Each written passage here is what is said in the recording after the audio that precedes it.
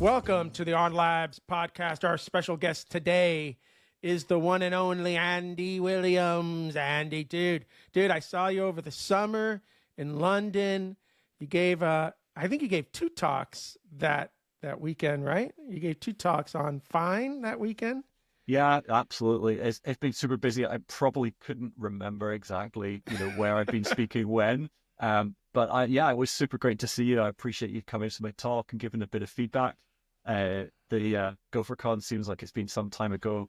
Now there's been a few things between. And also, if I look a little bit tired, I'm fresh off the back of our trip to Berlin for FineConf, which ran all day last Friday.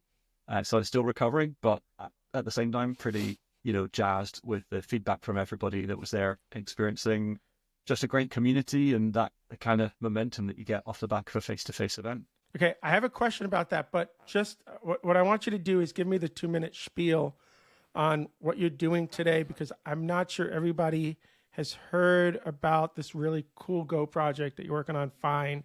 And I'd like everybody to hear that first before I ask my question. Yeah, absolutely. I don't know if it'll take 2 minutes, but what we're doing is just trying to create a project that makes it super simple for anybody to build graphical apps that are going to work across all different devices. That's pretty much the background to the entire project. It's something that I'd been thinking about for a number of years. Software development seems to be too tough. Different systems seem to diverge, and the folk that maintain ecosystems love to have their edge. But for developers and end users, we should be actually bringing things together, blurring the edges, removing the differentiation, and making it easier for everybody to get into. Okay, so when you say graphical apps, I always think you mean both desktop and mobile as opposed to browser-based sort of apps. So I think you can do browser too. Yeah, absolutely. The primary idea is to do the best kind of native app whilst being across all platforms. So it's targeting desktop and mobile like you would use use the system package manager, app store, whatever that might be. So something that feels like it's a native app. We can deliver through the web browser as well, but if web was your only target, there's other platforms that are probably better set up. And also we're seeing some really interesting embedded kind of usages as well. So screens on industrial equipment, stuff embedded into like an AV system or your home automation. And somebody showed me a screenshot a couple of weeks ago of it running in a Remarkable Paper device as well, which is pretty cool. So I feel like your project's targeted towards me personally, Bill Kennedy, who wants to do everything in Go, right? So even if I'm building browser-based apps for the things I'm building, I keep everything in that one project, right? I have a section called front ends.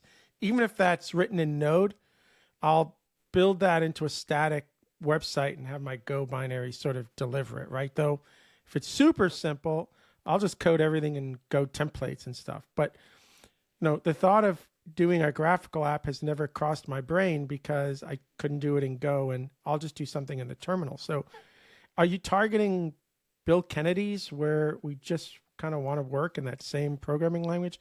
And are there non-Bill Kennedy's, people that aren't necessarily building everything in Go using Fyne? Both, all, more. I mean, absolutely, Bill, this is built for you. It's built for me. It's built for everybody who's picked up Go already.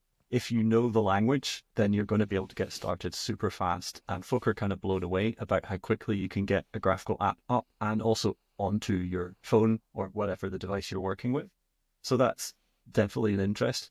But the choice of Go is something that I went to after I decided what the project should be, how it would, come together and who it was targeting. So it's not for Go developers specifically, but Go was the language that made the most sense. So it's the most clear market at the moment. But what I want to do is to make it possible for anybody to build apps this way, whether they're developers or not. We're finding a lot of people are picking up the library. They thought Go was fun to use, so they found Fyne and they got started. Other people actually are learning Go because they heard about the project and they want to build stuff with it, which is cool, definitely. But I still want to make it even easier because software engineering or development isn't seen as accessible to everybody. So we're trying to tempt people into building without them having to worry about whether they have the capability to do so before. Man, so I'm working very closely with a company called Prediction Guard, which is basically a platform for providing secure and HIPAA compliant AI model support. And I have a engineer right now that works on Windows, and they couldn't run the latest. They can run the latest version of our AI API on the WSL side, but the browser app they need to test won't talk to it. Like, this is the typical Windows, like you can't load the browser and then talk to something. So I had just said to him about 10 minutes ago, I go, you know what? I'll just build a terminal-based version of the chat app so you could test it on Windows. But now my brain's going, why do it in the terminal? Maybe this is my opportunity to play with Fyne and build a graphical app that can run there locally. Yeah, and you could get something together really quick as well. Windows is such a painful development platform, but it does work very well because our tooling is designed for all of the different platforms. It's kind of strange, actually. People who have been developers on Windows for quite some time come to us with their WSL, or they're working in a different a dev container or something like that, and they say, how can I then get that from there running in the way that's connected to my desktop? And we go, well, just run these tools on your native Windows terminal. There's no additional setup, and you can then avoid the overhead of containerization and any simulation layers involved. So it should be easier than ever to be a developer on Windows, and you don't have to think about the Linux commands embedded in a terminal that's then running on your Windows desktop. But see, I would need to run this on the Linux side, right? Like, this would have to be some sort of Linux graphical app. Can I do that? Can this be a Linux graphical app? Yeah, that's what I would need. Yeah. Would have to so yeah, when Microsoft added graphics support to WSL, I can't remember if it was WSL 2 or a sort of a pre-release on version 1, but as soon as graphics were enabled, basically they exposed the graphics card to the Linux system, and it just works. Dude, I was gonna do it as a terminal thing because I'm comfortable there, but I might actually, because I also built a Connect 4 game, and we're building the browser version of it now. I have a terminal version.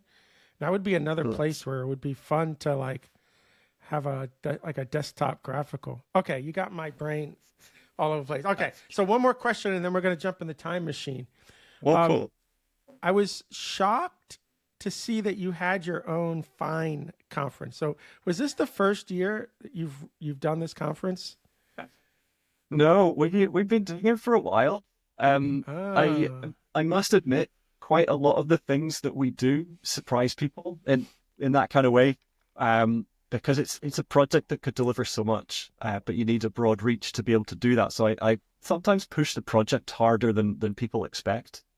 And so we have been gathering in form of a mini conference since I think since the second year of the project. So this was year 6 of FyneConf. It was the second year that we had gathered in person. So the first 4 were online only, and if I'm honest, I think probably the first year was 90% me talking, getting people excited about it and chatting about the project. But we've had from the beginning some community speakers presenting their projects, their feature development, and the things that they have been wanting to share. And last year we gathered in Edinburgh, just in the office building that I work in, which was so much fun. I was like, right, okay, well, every year we've got to just make it bigger, better, and bring more people together. So it was Berlin last week, and how many people showed up? Like, is this like 25 people, or is this like 200 people? Like, I can't even comprehend what the numbers are. We had 25 signed up to be there in person in a awesome venue just off the Brandenburg Gate in central Berlin that was organized by Tilo and sponsored by Just Relate, and as well as Fyne Labs, my company. So we had a really good gathering of people. We started with a community discussion, had some lunch, and then did the full afternoon of presentations, followed up with a social and a bit of Q&A and code sharing, that kind of thing. Wow. And we reckon nearly 100 people joined us online. So there was an active Q&A both online and in person, and about 400 watches, I think, on the first day after the videos were streamed.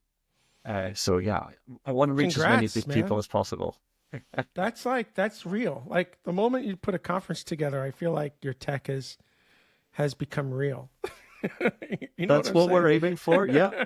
Yeah. And maybe the conference existed before the project was production ready, but if you make it happen, right?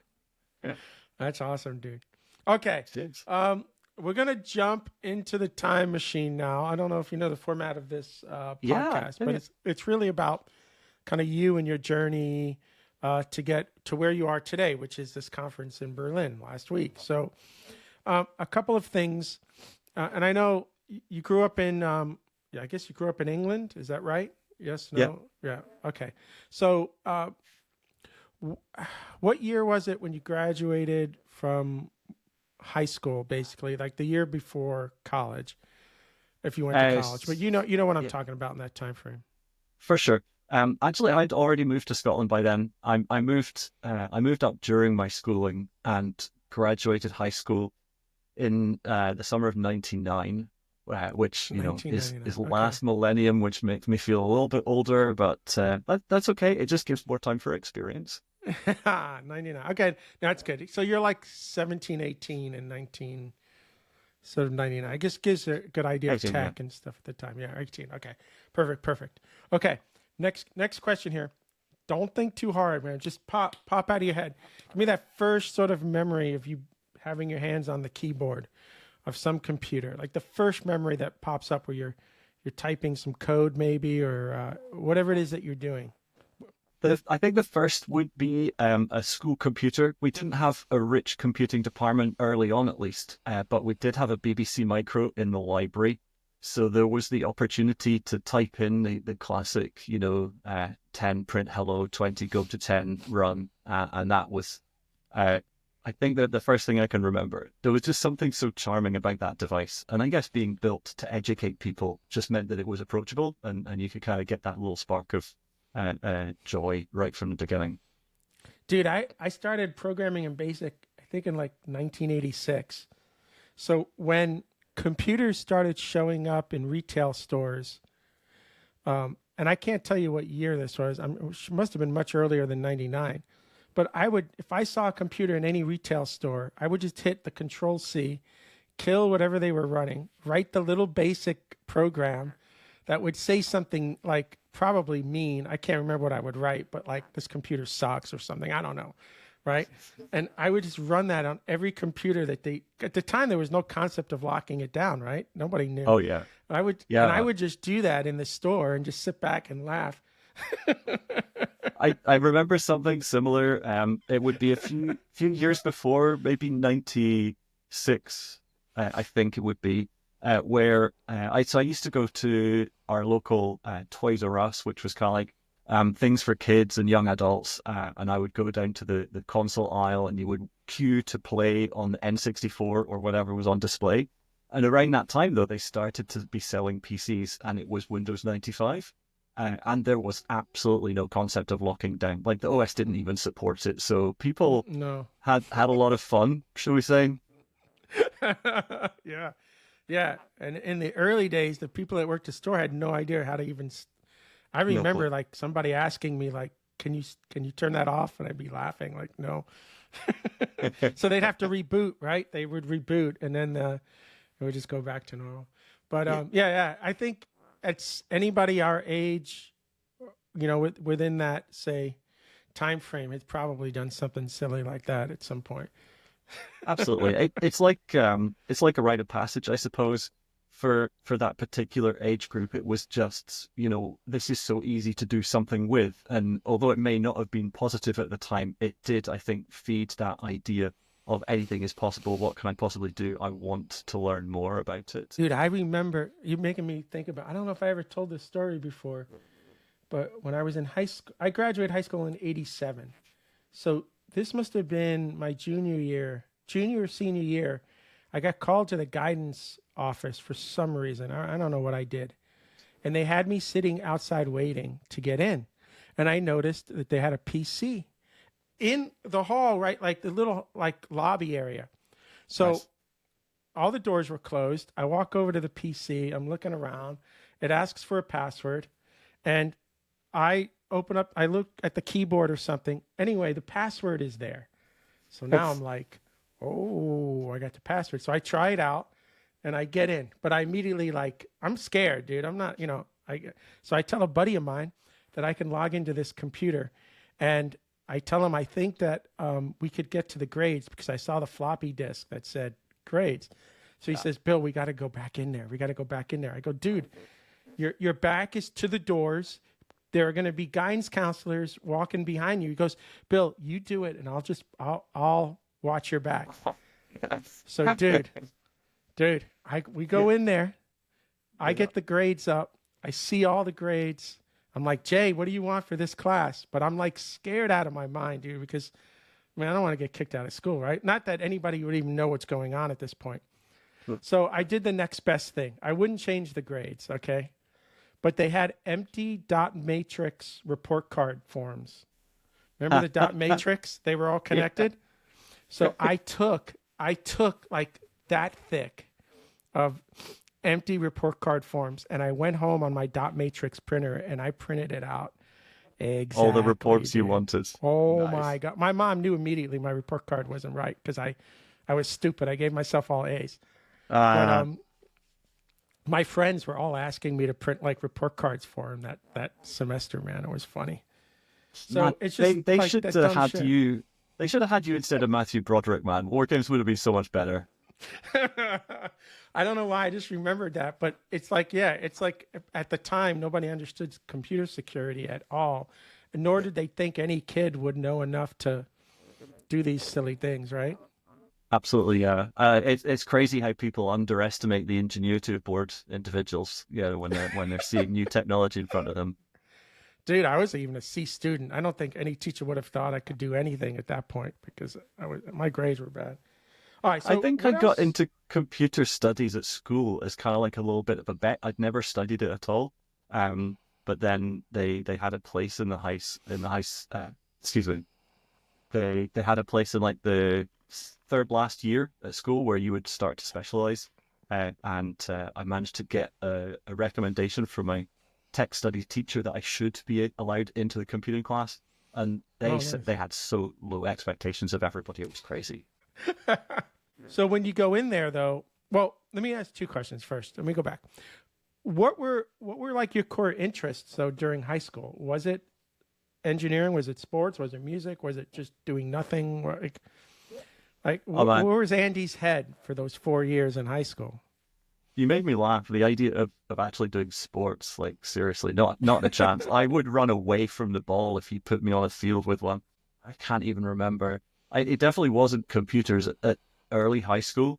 I was quite into building stuff. I liked technology, but the strength of our technology department was mostly crafting things with wood and metal, maybe a little bit of electronics. And that's like I enjoyed working with the teachers on those subjects, so I got quite excited about it.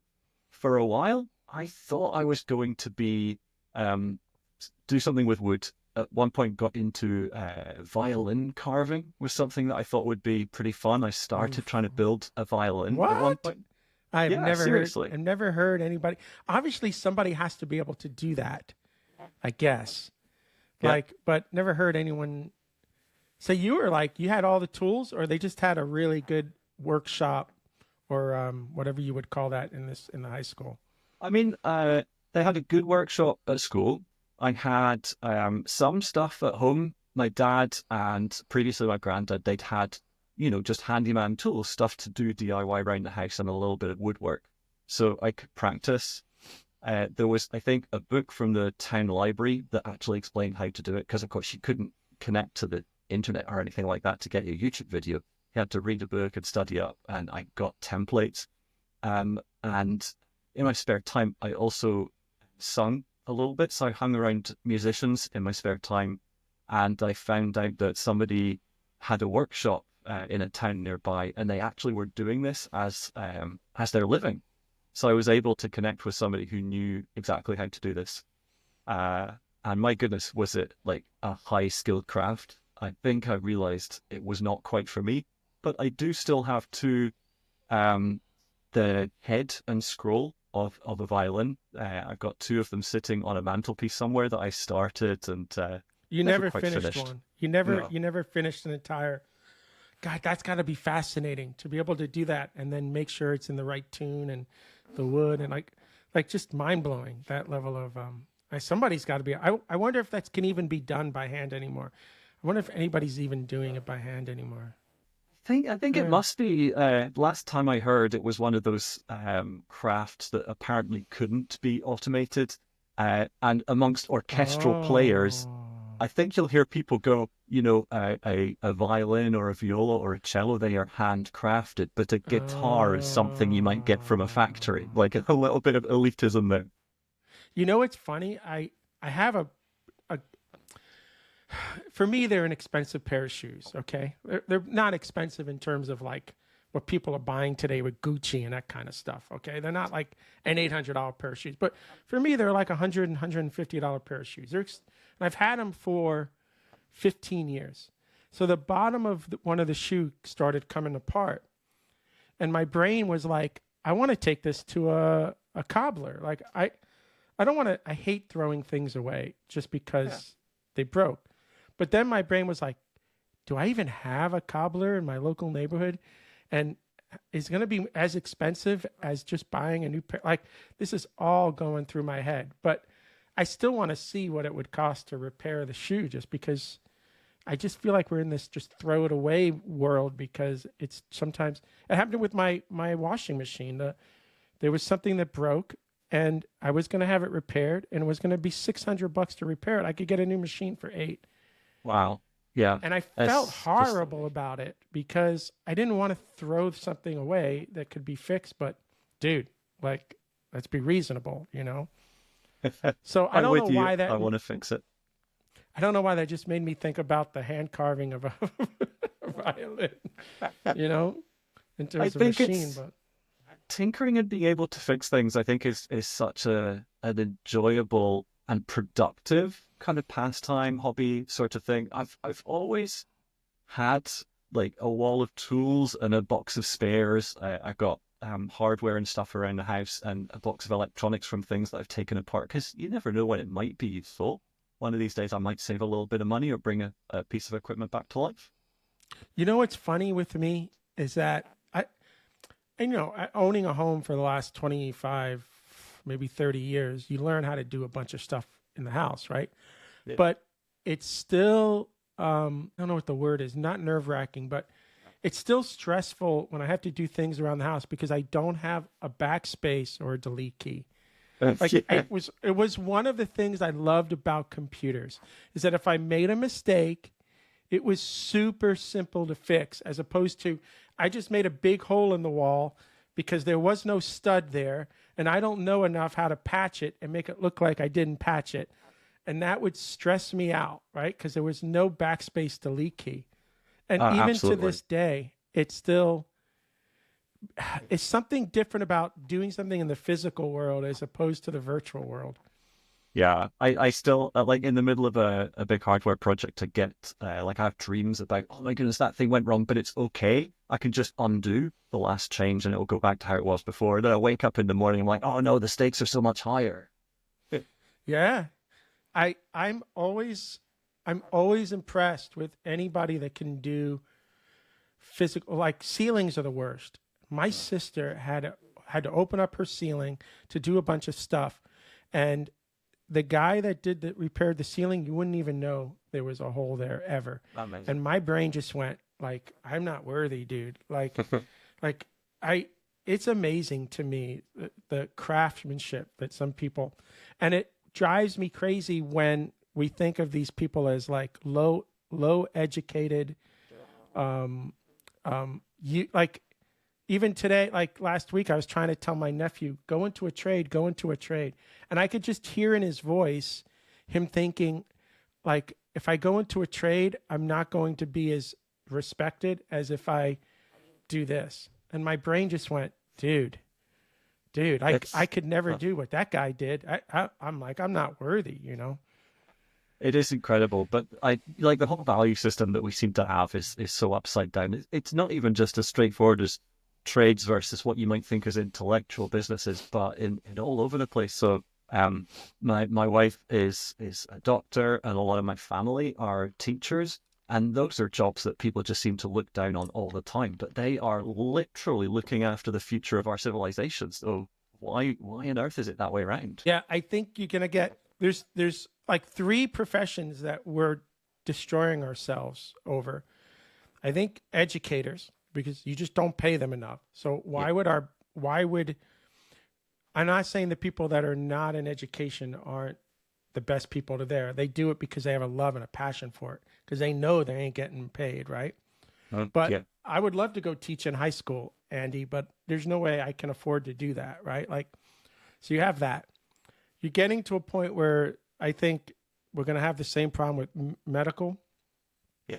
But the one that drives me the craziest is the politics, because you have to be absolutely insane today to run for office. Because why would you put yourself and your family through what's going to be just horrific? The only people that can be there are the people who don't care about themselves, like anything that you can say about them. And so I think we lose some of the best and brightest public servants that we could have because it's so nasty to Yeah, even consider getting into that space, right?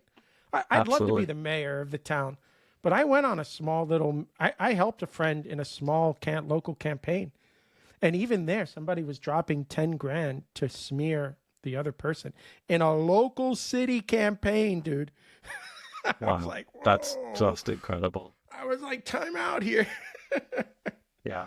No, I Man, I couldn't do that. I'll leave people who are willing to put in the hard work and and have the thick skin to do that. I'll stand by the side and offer them advice here and there if they want to talk about technology and business, but actually existing in that space, I don't think I could survive. no, but I think we end up with what we have because the people that should be there would never in a million years ever Hmm. want to like that, and they shouldn't. Okay. Yeah. So you're about to graduate high school now. You're in a time frame where college was really expected of everyone. Yeah. So my brain is thinking that you are thinking about college. So what are you thinking about as you're about to graduate high school? And do you have a plan in terms of a course of study? Yeah, so the way that it worked here in Scotland, you would put the application in for your university or college a year before you graduate. And so the year before that, you're supposed to be focusing your studies to what you expect to be doing. So you're like 2 years from graduation, and you need to start thinking about your subjects. Wow. And I know it's kind of crazy. With Uh, testing and everything, with the test scores that so your senior yeah, year is what? Just vacation before you go to college at that point? I mean, I was about to say, I wish. More realistically, I should probably say, yeah, it kind of was, but it shouldn't have been. So yeah, so this second last year, that's actually when I started on the computer course because I'd realized that I didn't want to go to a college and study hardware and carving. I actually wanted to do something more technical. And for a year or two before that, I had been seeing that computers were quite interesting. A amazing maths teacher of mine had got me interested in what you could do, like pulling together hardware to make your own machine. And so I'd been intrigued by that. So I kind of looked at that area because it was more seemingly exciting going forward. So yeah, picked up those classes, studied really hard in my second last year, and put the application in for. I think we did 6 different universities. Was what you did. You sort of put those applications out, and a few months later, they would get back to you and say whether you had a place or not. And I was super lucky actually. I think 5 out of those 6 universities offered me a place just off the face of the application. And one of them said, if you get some good grades in your last year. And I think that's, well, yeah, like I said, a very lucky position to be in. But it did Why? mean, Why do you think? Wait. I'm going to interrupt yeah, you a lot as we talk. Why do cool. you think that 5 out of those 6 schools um, essentially wanted you? Because you seem surprised, especially since you didn't have to do extended work. So, were your Yeah. grades that good? Was your extracurriculars that good? Is it that the No, Williams name has clout in Scotland? um, Well, I could definitively say no for the last one, or rather, I don't know because actually I changed my name. Williams is my wife's name. It's not my original name, so that's Ah, not a factor at all. I had a solid English name when I was at school, and in a Scottish school, they don't really care for what might be interesting south of the border. So I was perhaps even fighting against the river to some extent. I mm, was not a phenomenal student, but my grades were good enough. My extracurricular was more in music. And actually, having laughed about sports, I did play badminton as well. But anything outside of the curriculum was not helping my education in any particular way. So, but you're like, you- you're competing against every high school graduating student in Scotland at that point. I mean, yeah, actually further because I two of my applications were in England as well. So it was a competitive landscape. I think, if anything, they were just looking for lots of people to start studying computing. Bear in mind that this was kind of late 98, oh, so they saw the millennium bug coming. They thought the growth of the industry was unstoppable, and they would take in lots and lots of people. so it was Uh, timing. You think it was I like think it so? was These were timing. new class. So these were new sort of classes they were offering in the college level, and anybody that showed interest was like, "That's fair." I I've would, heard that yeah. story before. I don't I'm gonna remember. I'm going to say that that was the case because I don't know anything to the contrary, and I did not see in my application a stunning student that should be accepted anywhere at all. So that's my explanation. I think So maybe people put in a good word for me or something like that as well because I don't know I like to get to know people I think I've probably been accused of being teacher's pet once or twice because, you stay late and help them out. I wasn't a good student, but I tried to, just be a genuine person you who, were a who wanted good to help out. kid. You I weren't was a a good good student. kid. That was me. I wasn't a good student, but I was likable. I wasn't a bad kid. Like that helped. In fact, if it wasn't for that, I wouldn't have. I think graduated high school because it was a history class, and a lot of the final exam was written. Like you had to write a bunch of stuff. And I remember my teacher going, me and another teacher sat for an extra hour scraping points, as many points as we could find. I got like a 67. They said, he Oh, said, you better thank this other teacher because we found 67 points to let you pass. oh, fantastic. Oh, amazing. Yeah. Here at Ardan Labs, we believe in empowering companies to reach their full potential through innovative technology solutions. Trusted by small startups and Fortune 500 companies alike, we specialize in high-performance software consulting, training, staffing, development, and now AI. With over 14 years of experience, Ardan Labs has trained over 30,000 engineers and served over 1,000 companies worldwide. Whether you're mastering Go, Rust, Kubernetes, Terraform, or blockchain, we're your strategic partner for performance-grade solutions. Let's elevate your tech journey together. Reach out to Ardan Labs today.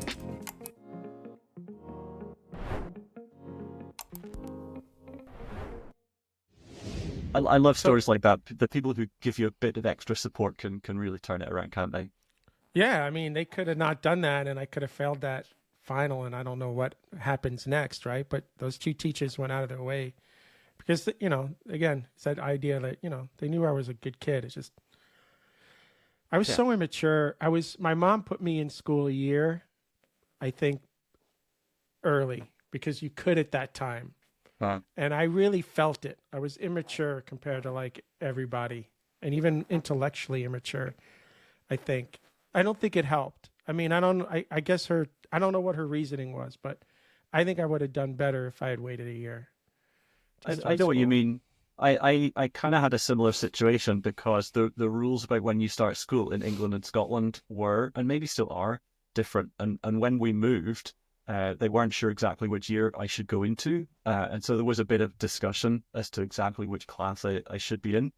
I don't think I ever was in the wrong one. It felt okay, but you just sort of put this little thing at the back of your head about if you're good enough compared to the other people, or if you're studying at the same level. It's yeah, adds a little challenge to it. And let's face it, at that age, there's very little in your life that you're sure of anyway, and hard to pull on any certainties at all. Okay, so You got 5 schools to choose from, and you went back to England, right? No, I don't know. No, Where'd you do? no. So I got the places, these unconditional offers, and then sixth form didn't really consist of a whole lot. There was sitting in common rooms, not turning up to any classes. I did some classes from the year before, because you could pick, like, do you want to do the super advanced things or more of the same stuff you did last year? So I did the latter. It was a lot easier. And event I left with lots of grades, but they weren't grades for like the super hard classes. They were just numbers on a spreadsheet. I think I tried to do maths and physics to the very highest level, but I didn't want to put that much work in on a year when logically extra work was going to get me no further in life. So you kick back. I remember my physics teacher apparently said at this kind of parents review evening, Mr. and Mrs. I don't really know what to tell you. I mean, he's a good kid, but I don't remember if he's ever been in my classroom. Oh my So, God.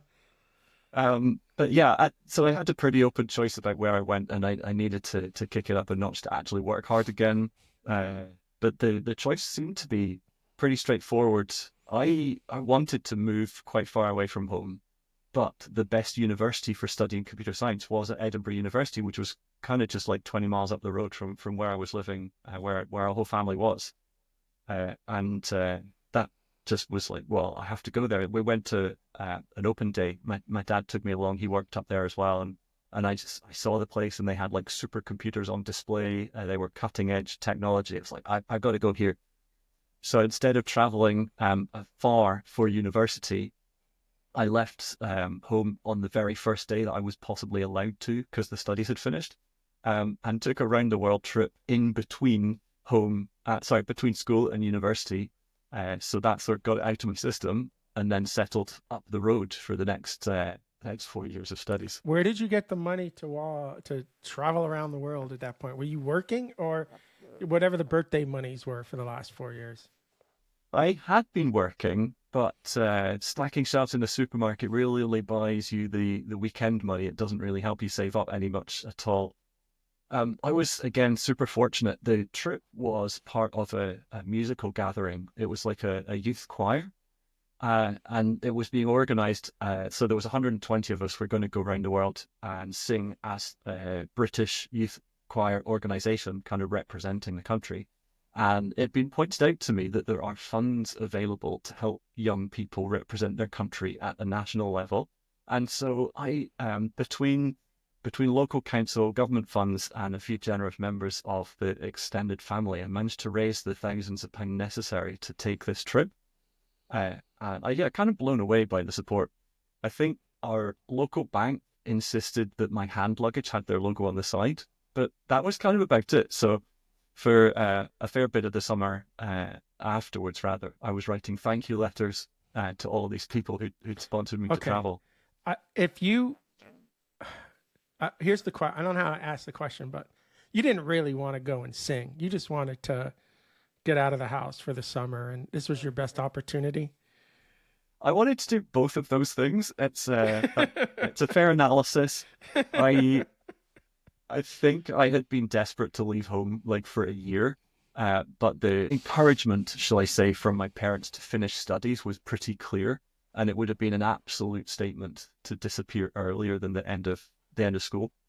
But I did really enjoy singing, actually, and I've been very, very thankful to the organizations around about me that encourage young people to get into singing, because it helps people come together in a way that school kind of didn't do for me. I don't know how many people, enjoy high school versus not enjoying it. I never really found my tribe when I was studying as a younger person, but going and being part of these music groups really made a difference, and traveling around with them, you form a bond with people, and it just helps you to work on an interpersonal level that I feel I never really learned before. So yeah, it was transformational, and I did want to do it. Being away from home for 2 months was just a real bonus. So I'm glad that you dormed if that's the right word, when you went to university. You didn't stay home even though you were close. I think that's the real problem when you go to the university. Like even my daughter at one point said, "Dad, I'm going to come back and go to community school." And I said, "No, go to community school 3 hours away. Yeah, But you're not going to do it here, because if you do it here, your life is not going to be the same. Like it's going to be high school again." for So sure. I sent her 3 hours away. Even I didn't care what the school was at that point. You're just not doing it here. So I'm glad that you were you dorming on campus, so you had to get a flat. Yeah, it was campus dorms. It was kind of it was a good laugh again. So the way that it worked locally was that they would have this kind of what do you call it, income tested approach to how much support people would get. And being a local boy that wasn't from a rich background, I got essentially free or really super low budget accommodation. And the folk that were chucked into that building came together to make the place feel good. So it was a great community, and it was also one of the longest established dorms on campus, and each of them had their own budget. And being a super old building, it had got a lot of money over the years, but also it was about to be torn down. So we were basically instructed to burn through the budget. And so our building would host parties for the entirety of campus. So like thousands of people crashing on your place for a few beers was pretty cool. You could use the budget for parties like that? Yeah. Oh yeah. Whoa. It Wow. was, I mean, they were trying to encourage, a good vibe, but also there was money that would have gone unused otherwise. Unfortunately, it turned out they didn't do the knocking down that summer. It lasted another year. So the year that came in after us, because you just stayed indoors 1 year, they had no budget and an even worse condition halls than we had. So I felt sorry for them. But Timing is it was good everything, fun. Andy. You got Yeah. to be there though, man.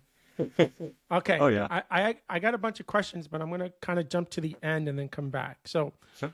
do you end up graduating at this university, and then what's your degree? Yeah. So after 4 years of study, well, after 4 years being at university, which included some studying, I graduated with the Bachelor of Computer Science, an honors level bachelorette. Was was pretty cool. We had this weird program where you could decide if you wanted to have a BSc or a BEng. So like, was it software engineering or computer science degree? And we were told they were basically the same and it wouldn't matter. Turns out that the graduation hood you get if it was engineering was more colorful. So I made the wrong choice by graduating as a computer scientist. But pure For that science one seemed moment. to be what I wanted to do at the time. Yeah. So tell me what your favorite class was and what your like least favorite class was during that time. So the favorite class, there was this incredible, I forget the title of it now, but it was basically computer hardware, systems programming, I think, something like that. And as well as learning the theory, which was absolutely what our university did, there was an opportunity to do some fairly practical things as well. And so whilst most of our, hand-ins, projects, whatever, were programming, writing essays, this one was sitting down in a lab and piecing things together.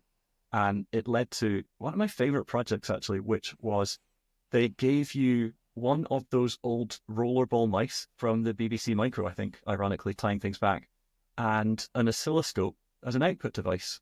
And everything in between was to be assembled by yourself as the project. So you basically made a mouse driver in pure hardware. And I found that a really, really interesting project. To understand the technology that we use down to that level, I think is, incredible. And hopefully gives a good understanding of how things work top to bottom to better the software we build on top. What about your least favorite? Yeah.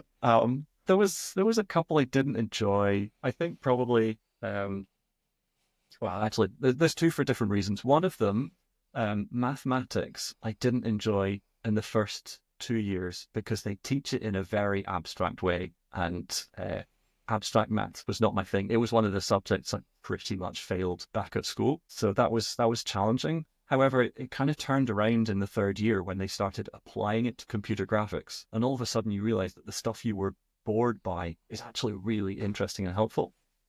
But yeah, 2 years of pure maths was a struggle for sure. The other thing that I didn't get was I actually signed up to computer science with artificial intelligence, whether on purpose or accidentally, I can't remember.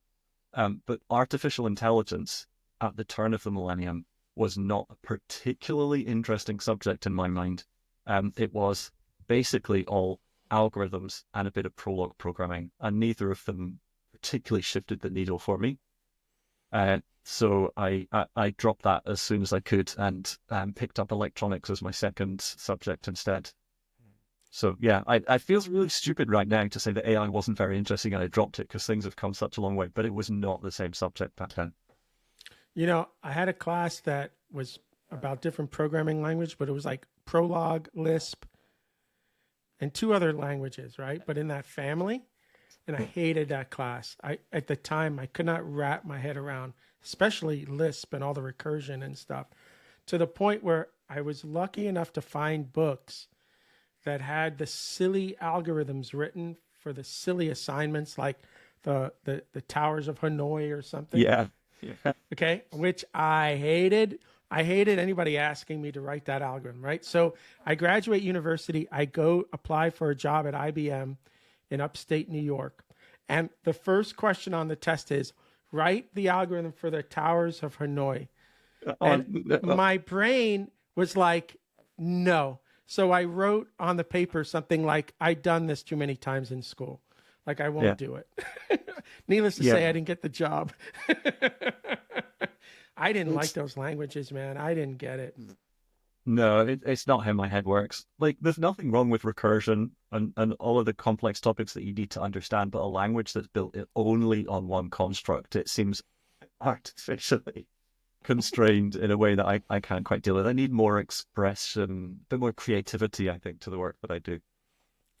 I think my brain is almost like, I'm not a person who studied art. So if I go to a museum and there's art, like I've gone to museums with people that have studied art, like Filippo Valsorda has studied art. I will go into any church or museum with him because he'll explain it incredibly well. And my brain goes like, wow, right?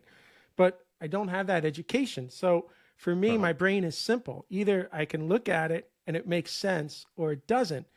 So I love all the realism. I love when people are painting scenes and they get down to some level of detail. And I can appreciate how hard that is. But when I see something abstract, I'm always like, I can do that. Like, why is somebody finding that any better than what a 5-year-old maybe could have done at the same, like, and obviously there's answers and somebody listening to me is screaming right now, but don't scream at me because my brain just isn't educated. And I felt the same way with those programming languages. Like Prolog and Lisp was cute, great, but like, I can't build a web service that actually does some work with these languages. So for me, the whole academic abstract pursuit of computers science wasn't for me. Even the whole P versus NP problem is kind of like, okay, great, I get it, but like I never had that education, you know? Yeah, and a lot of it doesn't add a huge amount. I find it very beneficial to understand levels of complexity so you can kind of argue the benefits and or challenges of certain algorithms and understand optimization, because that's a very concrete problem that it's good to have a bit of an understanding for. But yeah, so much of that stuff, it didn't make sense to me. I want to see it applied, I guess, I suppose in that way, university is going to give you an academic background, and maybe it's not for everybody. College may have been the right thing to give you some skills, but on reflection, I think that university was teaching us how to learn, and that is very, very important. But whether it needs to take 4 years, I'm not entirely sure about that. But I value the education I had, even though it was frustrating at times. For sure, if I look back on the importance of college, it was that they taught me how to solve problems from a blank slate of not knowing anything. And that gives me confidence to this day, right? The tech you worked on is irrelevant at this point. But the ability to take a problem that you had no clue about and get to an answer, I think was what they were, at least that's what I felt I was learning, right? I appreciated the artsy classes. I liked one of my favorite classes was the archaeology class that I took. Like, I Wow. didn't mind those art classes. If anything, it helped balance out. If I had gone pure, just say engineering track, I think I would have lost my mind. Like, I like the speech classes I didn't like psychology so much and sociology, but I'm happy that I sort of got the BA, not the BS on the computer science side. And Yeah. I think the 4 years gives you time to mature and grow over that time, because I'm seeing my two boys who didn't go to college, and they're still young. They're 22 and 21, but they're fumbling. Normally, you would have been fumbling through college. I'm watching them fumble right now outside of college, and I have patience with it because I know where they should be, right? So you're going to have this 4 years where you're fumbling. The question is, do you want to do it with your peers, which I think is good, or do you want to kind of do it alone or around grown-ups, because now you're taking jobs with grown-ups? Like, I don't know what the right answer is, but at the end of the day, you can't figure it out from the time you're 18 to 22, right? No, no. The amount of expectation we heap on people who have not even left their high school to plot some kind of path forward, whether it's a career or a life journey, is crazy. But yeah, on I think on reflection, the thing that I most got was from the first week I had at university, I realized that I was around people that were similar to me, who had interests that I had, and you could become who you were, wanting to be or hadn't realized you were. You make some choices, put yourself in the context of other similar people, and then like life gets good. I kind of said before, high school wasn't awesome for me or anything like that, but the 4 years at university was transformational, and yeah, so much fun. So Too much fun times. you're gonna graduate university in around 2003, Yes. right? So that's 20 years from then to now, roughly 21. Yeah. Um, I don't re. I think the economy was decent in 2003. I started my first business in 2004. So, talk to me about what your plans were after your studies. It sounds like you decided that you weren't going to go to your master's or anything, or maybe, I don't know. Did you decide you were going to do more education, or you wanted to get in the workforce? So I had written more than I ever intended to write in my entire life in the last 2 years at university. The dissertation and all of the essays. I'm not a writer, and I did not want to spend any more time in an academic environment, especially a PhD where you would be writing for 4 years in a row. So I wanted to get out and do the next thing. The economy was okay, but for graduates on a computer science program, it kind of tanked. So when we started in '99, the documented exit to career percentage was about 97% students would walk into a job. And when we graduated 4 years later, once the millennium bug had been fixed and the bubble was burst on the internet, it was down to about 27, 28, something like that. So nearly 3/4 of people graduating our class did not walk into a job. A lot of them actually left the industry. They went to work in other places, took their skills, but transitioned. But I had got really into programming. I got into open source development. I loved learning Linux, tinkering with things under the hood, and just being a coder solving complex problems. So I was kind of focused on trying to do that. And I was quite lucky, actually, that a local company had taken me on for an internship between my 3rd and 4th years and provided kind of like the underpinning for the dissertation project that I created. And they had some openings. It was a company that regularly took on graduates, trained them up in engineering, and then, they would go on and do something else. I kind of took that path, and my first 4 years, I think, as a software engineer was at that same company. And yeah, enjoyed it there as well. Worked with some really great people right in the city centre. They provided a good environment, lots of learning opportunity. And I got to go to a few conferences as well, which kind of connected me with people I'd previously only met online, and got inspired about other things that you could do. You don't have to have a career path in software engineering. You can take a diversion, start a new company, work on side projects, all that stuff. I kind of experience through the connections I made at the conferences I got outside the workplace as well. Nice. So, did this company end up hiring you then after you graduated?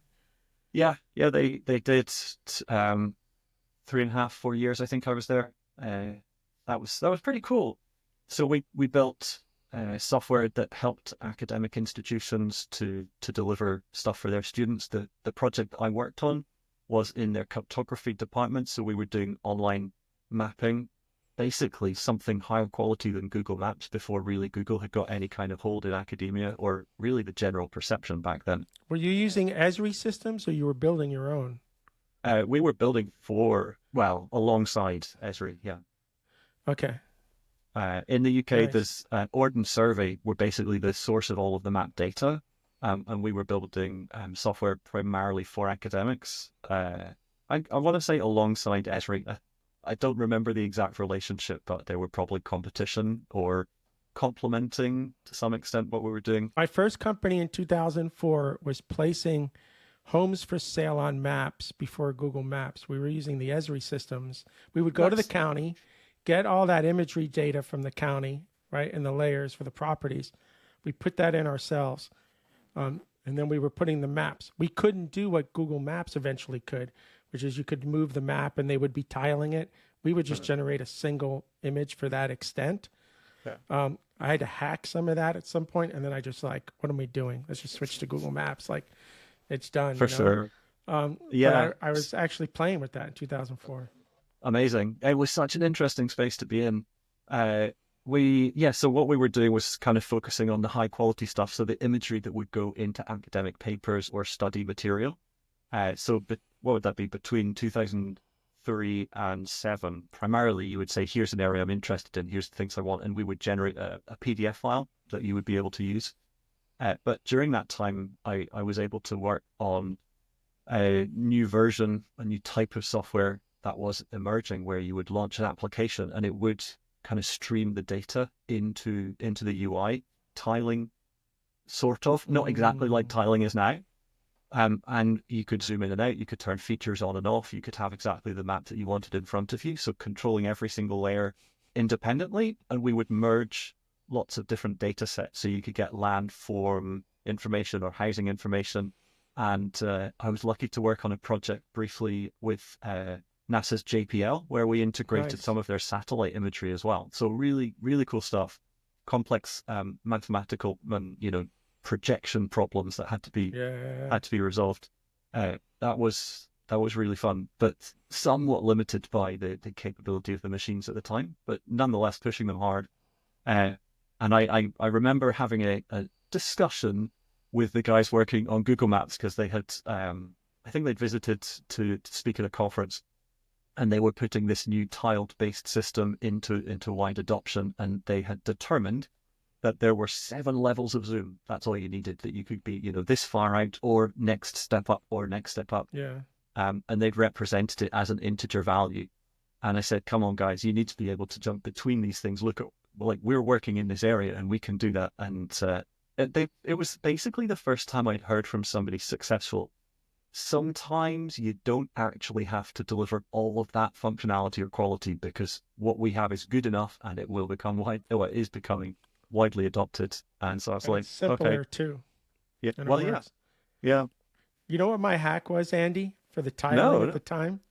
What'd you do? So I had a small div not small, but I had a div where the map was. I created a map that was larger than the div. So when you scrolled the map, you were just still seeing the map image. And I made it big enough where, you could almost do a full scroll and it would still show the map. Now, if you knew that, eventually you'd see the edge of it. But who knew that, right? Yeah. Yeah. And then nice as you went far enough, I would bring the next image in behind it. Yeah. So it was a good hack. And then Yeah. the tiling was so brilliant. Folk these days, I think, particularly in the context of web, they kind of forget that incremental, each time technology pushes forward, you're replacing with a well-designed system something that was hacked together before. And oh man, anything delivered over the web was so full of hacks back then. It was kind of glorious and terrible at the same time. Yeah, it was wild, man. Okay, but you're there for 4 years, which is awesome, right? It's now 2007. Yeah. What, and you're still all this time living in the same place on the planet. You're Yeah. essentially on the same place. So, what happens in 2007? So I had been meeting some interesting folk doing cool things with tech at these conferences, and at the same time, the work that I was doing was interesting, but I felt I wanted to kind of take a step up in some way. And given that the organization was pretty great at pulling in graduates and training them up, that there's always a flip side to these things. It wasn't a career path kind of a place. You had the people who were teaching, and you had the people who were coming in as graduates. So there wasn't an opportunity necessarily to become an organizer of a group or a manager or a leader. So I looked at other things, and I was working in my spare time as a maintainer of the Maven project. I don't know if many people here I've heard of also Maven. were Java developers, but yeah. And so I was going to ask you that. What was your stack at that company? Was Java? yeah, it was. So we were Okay. mostly it was Java on the server, but the project I described when we were doing more dynamic map, that was a Java Swing application back when they weren't super fast or super polished, but we made it work. So it's kind of like Java 2 through 5 or something like that, I think, if I remember rightly. Okay, cool. But yeah, Java was my thing for sure. And Maven was what we used. I think it was Maven 2 at the time was what I became a developer on. And some of the guys in that project went, actually, we should have like a company that does support. We can make it possible for the community to get good hosting. And the Maven repository, which I think still underpins a lot of projects out there, was becoming more and more difficult to maintain. And you kind of want an entity to take that on. And so I got talked into potentially leaving my job. And I think it was cinched by the guy who was pulling it together promised that we could all get Apple equipment if we joined the business, which like was insanely expensive to somebody who recently graduated.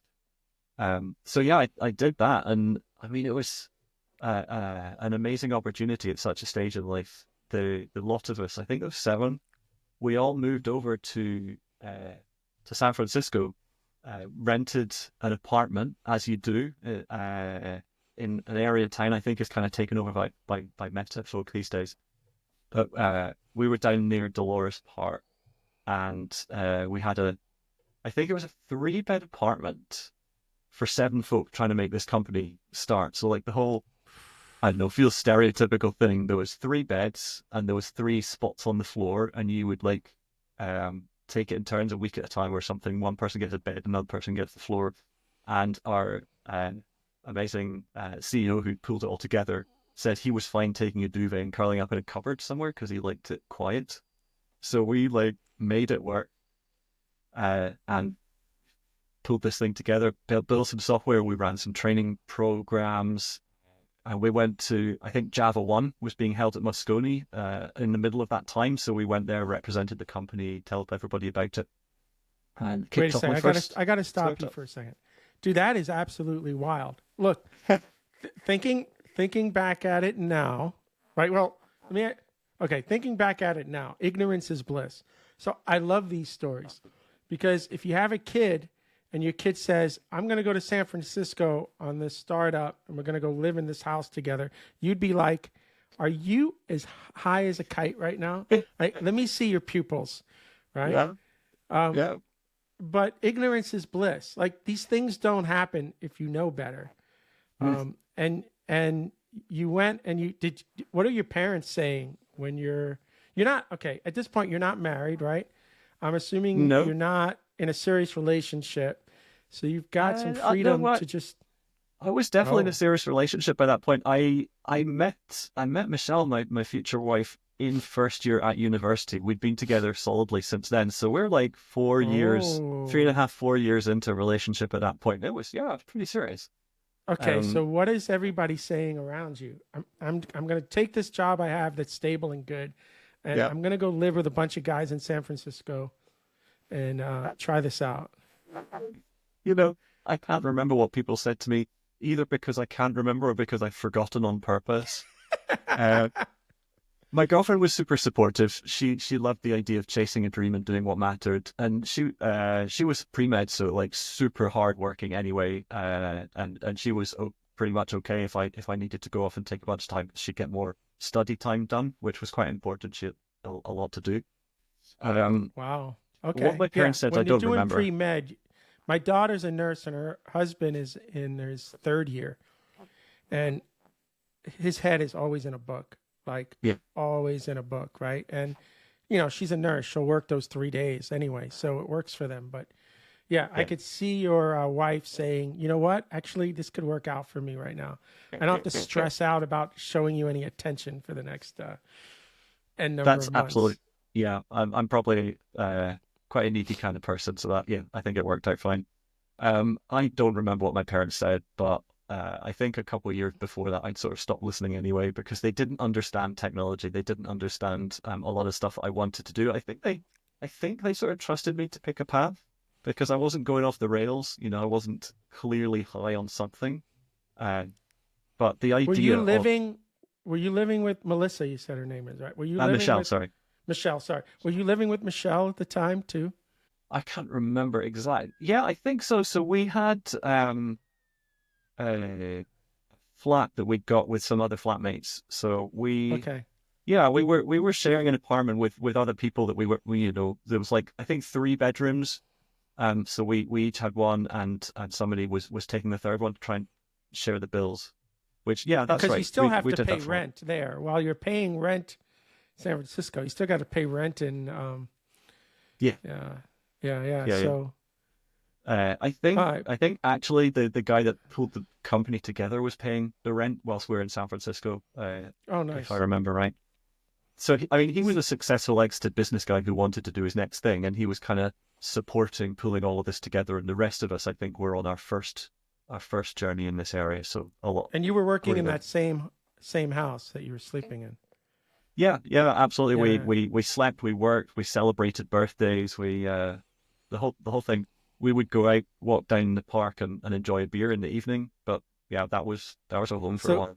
give me the TLDR on this sort of startup. When did it is it successful? When did it end? When did you get out of the house? Did you get back home?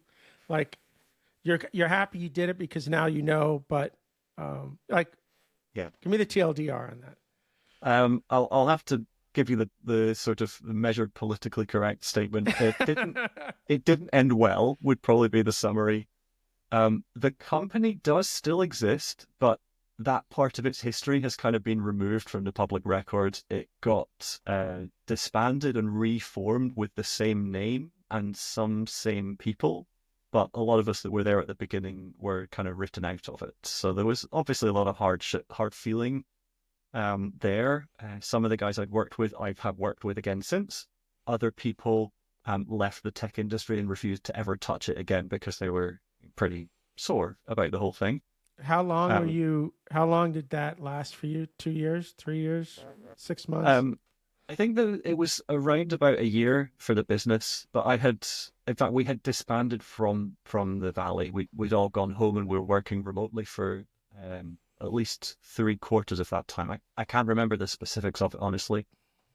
But yeah, we were still working together online, but it just kind of people didn't necessarily think they were in it for the same reasons or that the business was doing the same thing. And that kind of not quite alignment became disagreement, which became arguments, which became lawsuits. It was that kind of journey. Oh, that bad.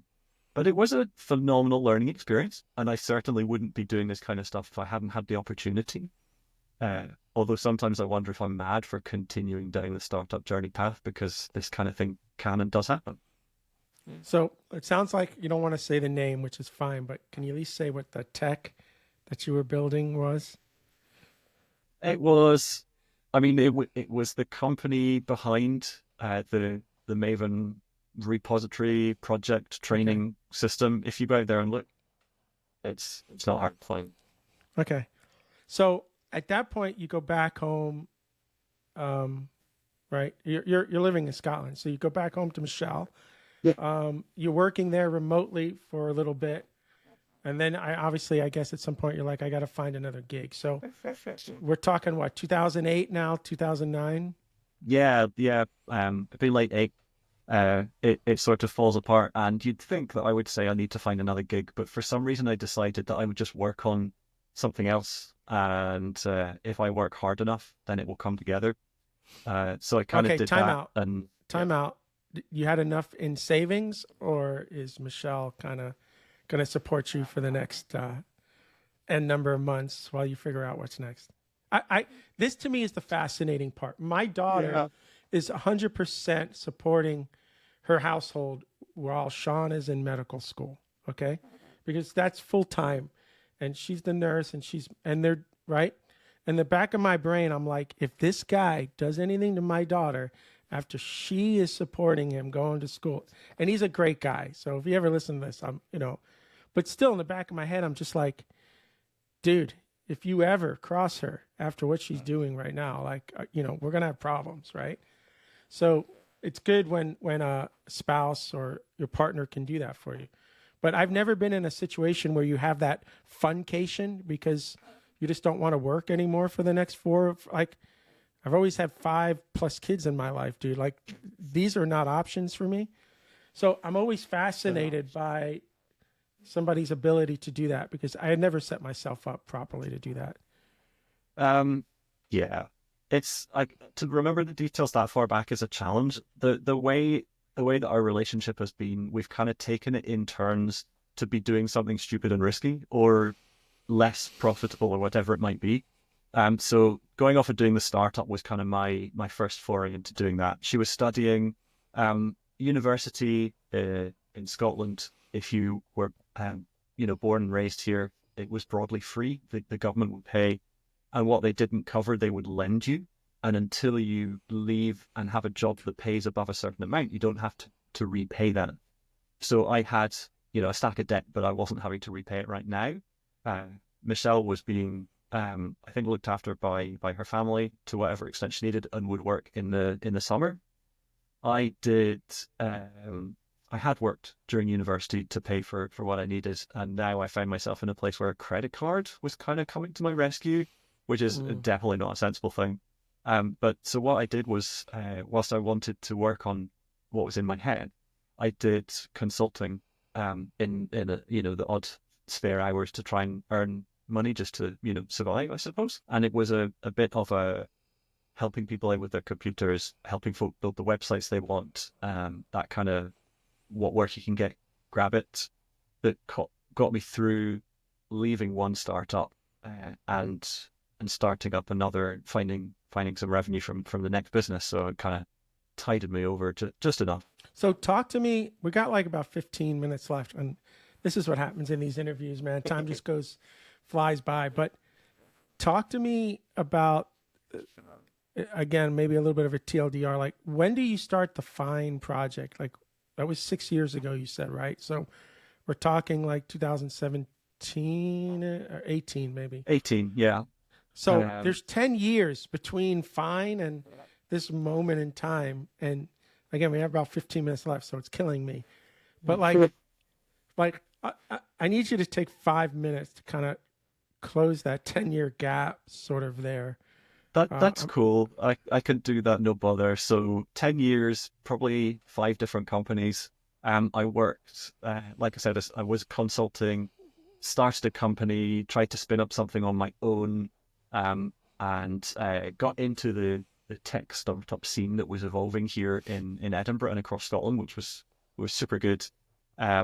Hanging out with people who were doing exciting things, got to TechCrunch Europe. And as we propped up the bar at 2:00 in the morning, somebody, asked if I would help out with their company. And it turns out that was the beginning of a good relationship where we built Scotland's largest mobile apps agency. So at least half of that time, 6.5 years or so, was building that company. I had created some developer productivity tools. That was the company I was trying to push at the time. And essentially we took that tech into the mobile company, and so that we could be more efficient and just kind of deliver a really, really solid job. So we worked on mobile apps for that time, Did you growing have a a part of company. that company, or were you just an employee for those six I years? had a part of that company, yeah. Good. A very generous founder said, if you come at this stage, how much cash in salary are you willing to forfeit in exchange for, equity? Right. And because I was in a situation where I was earning practically nothing and didn't have any dependents at all, I was able to swing that in the equity direction, which worked out very well indeed. So we built a load of stuff. We're working with companies like Skyscanner and FanDuel, doing all of their mobile work for that point in time, and then sold. These are big contracts to get. I mean, Yeah, I yeah, yeah, guess your founder had the relationships with these companies because not anybody could yeah. just walk in and say, "Hey, we're going to do this work for you." So I mean, he was good at building relationships. We had a sales guy who also was just like knew what was going on and could make connections. Also, Scotland's technology is a pretty small ecosystem, and both of those companies were founded here in Edinburgh. So Mm. we had a good foot in the door. And ultimately, as well as 15 other customers that we had over that period of time, we then exited to FanDuel when they were kind of at the peak of their profitability. Uh, then I spent a little bit of time helping settle the people into the new company, and also looking after the clients that we had before. So that in the discussions about merging the companies, that they were very kind that we could take some time to look after our agents and customers. So it's like I said, it's a small ecosystem. You want to make sure that you look after people well. So we did that. Um, That's cool. and yeah, that So worked out pretty well, and kind of cushioned me to take the next risk. your story is you over and over again being an entrepreneur. Like I feel like there's something in your head that says that you can't just be an employee. That you have to have a part of whatever it is you're working on. And I think you left the first company because you realized you were never going to have a bigger part of what you were working on, and that was unacceptable. Yeah. Where is this coming from? Because this is a theme over and over and over and over and over again, Andy. I have absolutely no clue, Bill. I can't figure out where it came from. And, my parents similarly have said, where on earth did you pick this up from? They've no idea. It's not something that kind of runs in the family. Like one of my uncles maybe is a bit of an entrepreneurial kind of guy as well, but it's not like we ever sat down and talked about business. It's just, I don't know, it's just kind of emerged. I think I get really interested in the things that I work on, and to be able to do something that you can help influence going forward and get the rewards for just makes sense. Whereas building a good thing and letting somebody else sell it or having no control over what you're doing and why, it's harder to be motivated about. Okay, so you made some really good choices there. There's a good exit strategy. You're a little bit more comfortable than normal, and now you have some real financial freedom to work on the next thing. Not, you know, enough financial freedom now where you can literally try your next thing without much worry. So I want to know how building graphical apps. First of all, I want to know where Go first comes into the picture in terms of tech that you're working on, and then why this project. There's only one other project in the Go ecosystem that's similar. I think it's called Wales. I think guy's he's out of New Zealand or something.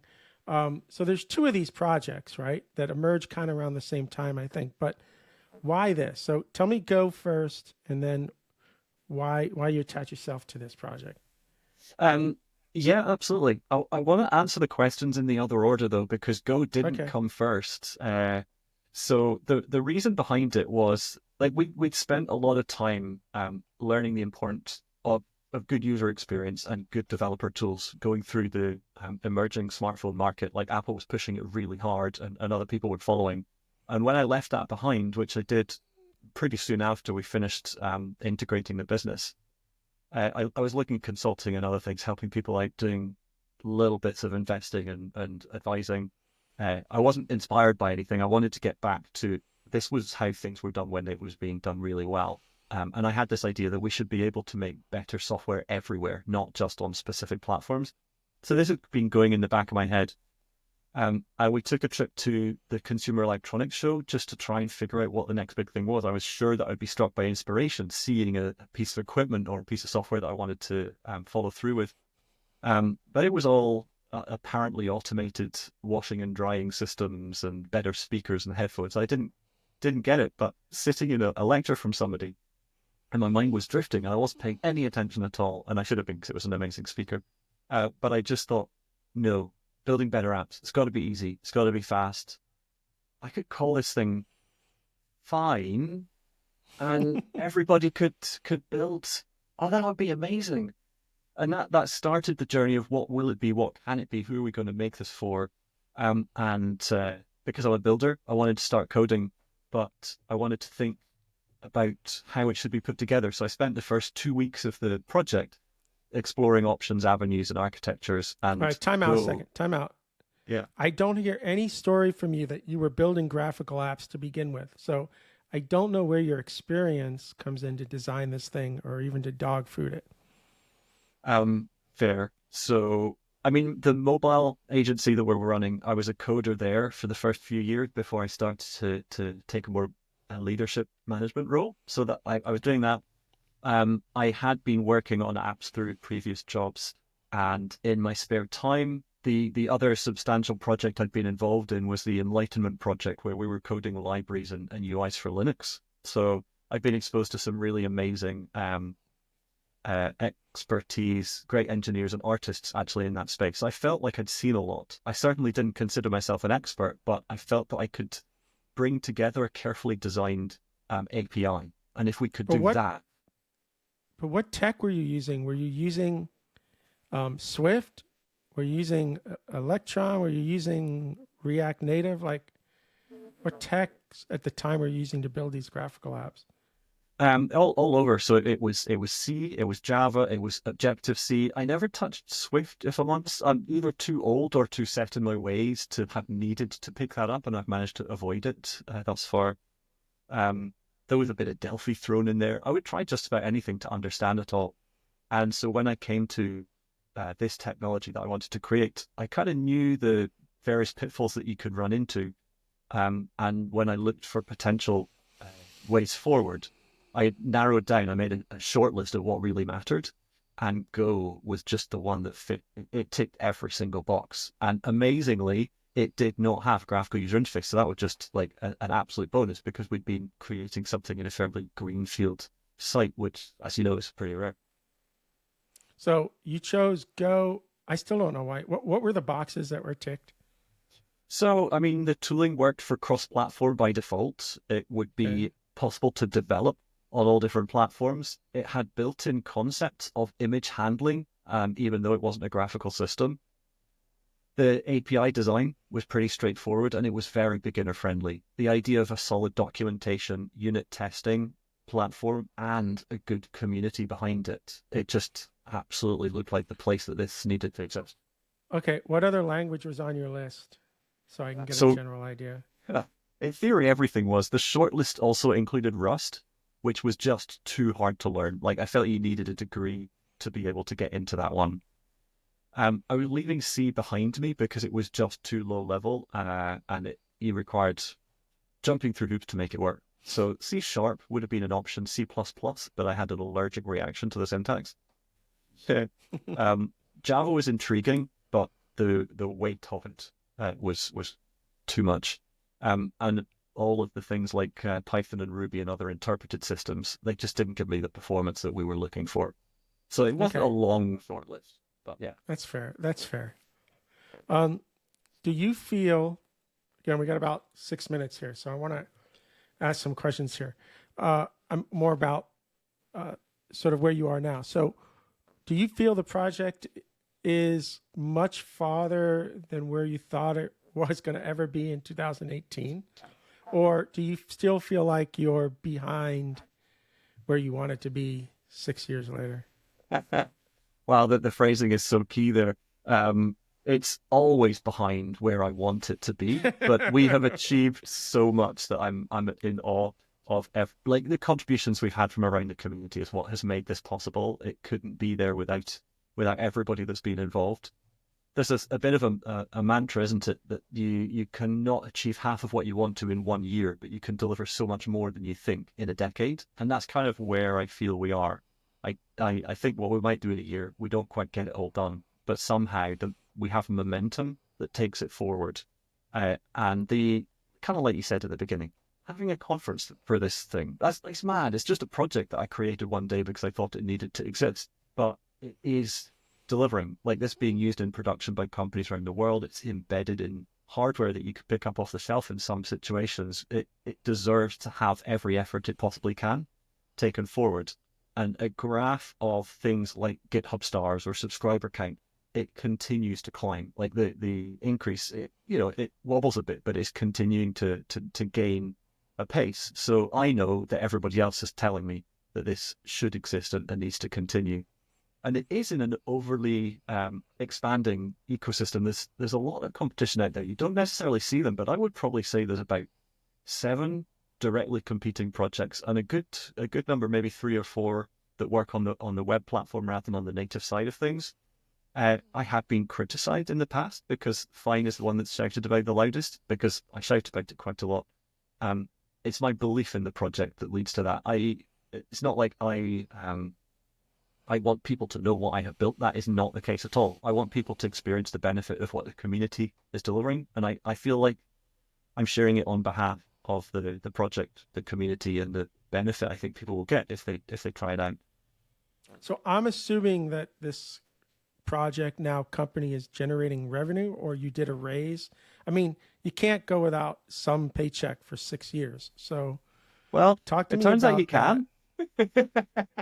Okay, I'm wrong. You're not wrong. I say it facetiously. For a few years, I was still doing consulting on the side. Fyne was not full time for the first 4 years, so I had money coming in here and there, which is kind of what you need.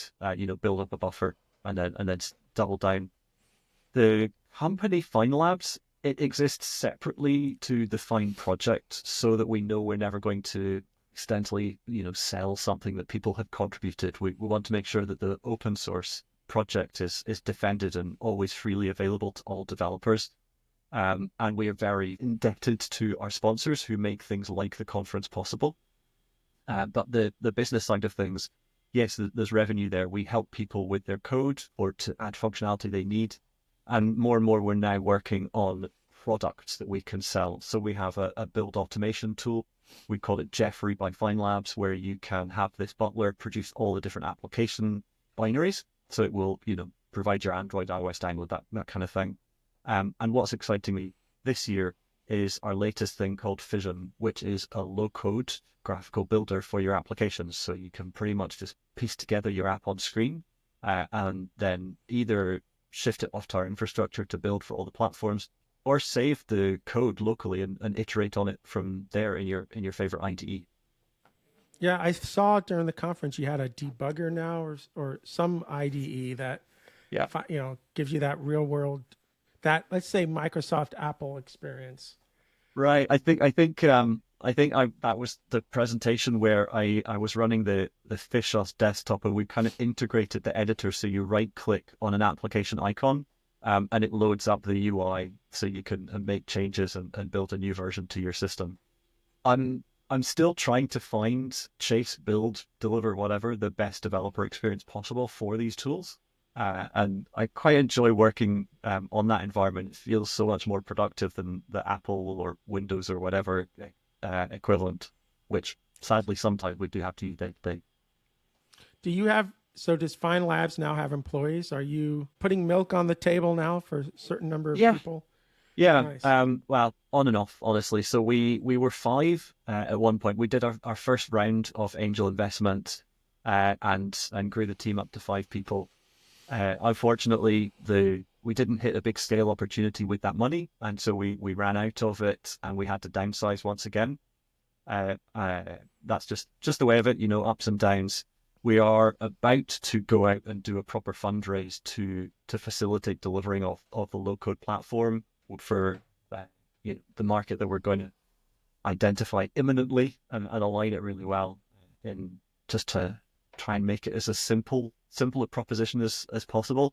Turns out if you can fix the problems of app developers across the world, it's very difficult to nail exactly who your customers are going to be, where you're going to sell it, and so forth. So we're looking at the investment proposition, but in the meantime, continuing to deliver it. We have a waiting list of testers, and we're working with them to deliver something pretty cool.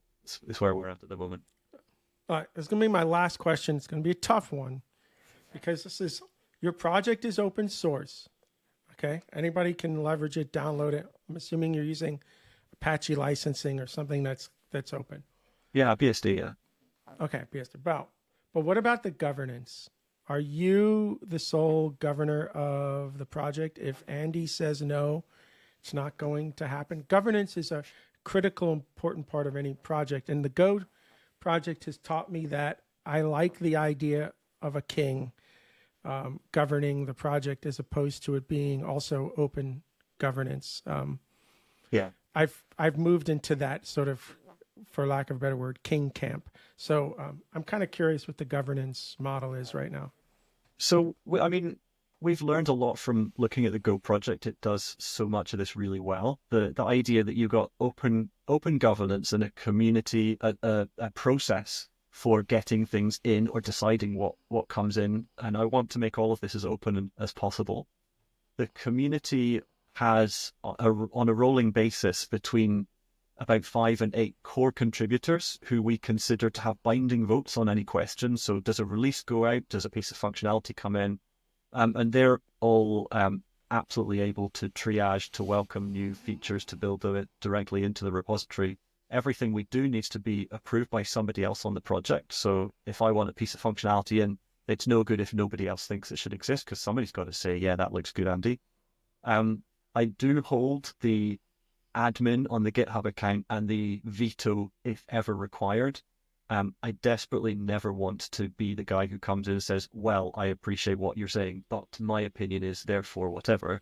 But sometimes it's just necessary to break an ongoing conversation or a tie, or just to wrap things up and move on. And for a long time, I thought we could get everybody to agree about everything and all of our decisions could be unanimous. Turns out that's not really true. And so on the odd occasion, I do make use of this veto. I think some communities call it benevolent dictator for life, which I don't like the phrase of, but it's kind of the way it is. I hold it this way because I think it's the best way for the community. I'm always looking to delegate more, to have people come in, step up and deliver parts of the project, whether it's the logistics for our conference that Tila recently did, or maybe somebody being release manager, whatever it is. I'm not precious about the specific things that I do or the project is delivering, but I want to see a consistent vision. So we manage to always be focused on being simple, open to everybody, but to help build compelling applications out the door. I think the Go team's done an amazing job of being transparent with the governance while it remaining closed. I think that's why things have been stable. And I think Austin, who's now taking over for Russ, I think they will do an amazing job. I hope they continue to keep the same sort of strong governance and, in the same direction that Russ took it in. And not open that up like we've seen in other projects, but make sure they keep the transparency. Transparency is king, absolutely. I had this naive idea that absolutely everything could be open, but startups or running a business in general teaches you that sometimes some information needs to be held back for good reason. But as long as people know why or what, or can ask questions if they need to, I think that's the key. And so the transparency, like you say, that's what I want to make sure is the same here. As open as possible, I suppose is another way to put it. Brilliant. Okay, Andy, if anybody wants to reach out after listening to the show, we'll put it in the show notes, obviously. But for everybody listening right now, what's the best way to reach out?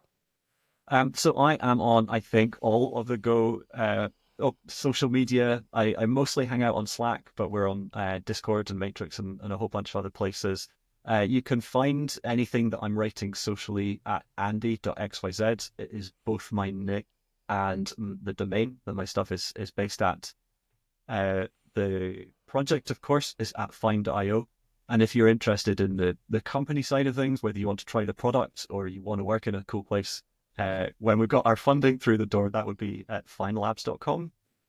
And that's Fyne, not I. Y, Fy. Exactly right. Yes, thank you. We could get into a whole backstory about that, but essentially there's an area of Scotland, there's a region around Loch Fyne, and so that's the way it's spelt.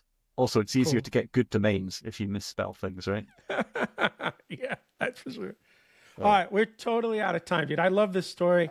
I love that entrepreneurial spirit that keeps coming back, and I really hope that this project ends up being everything you want it to be, and that you get that funding. And I'm gonna play with it now. We're gonna hang up, and I'm gonna jump, and I'm gonna build something simple and see if one of the guys I work with on Windows can run it Fantastic. inside the and if he can, I'm gonna play with it. I'm gonna see what I can do with it. So I'm glad we talked today, because it's like everything in life's about timing. And this was perfect timing, man. Well, amazing. Thanks so much, Bill. It's been a really great chat. I always enjoy chatting to you. It's good quality stories and back and forth. I love it.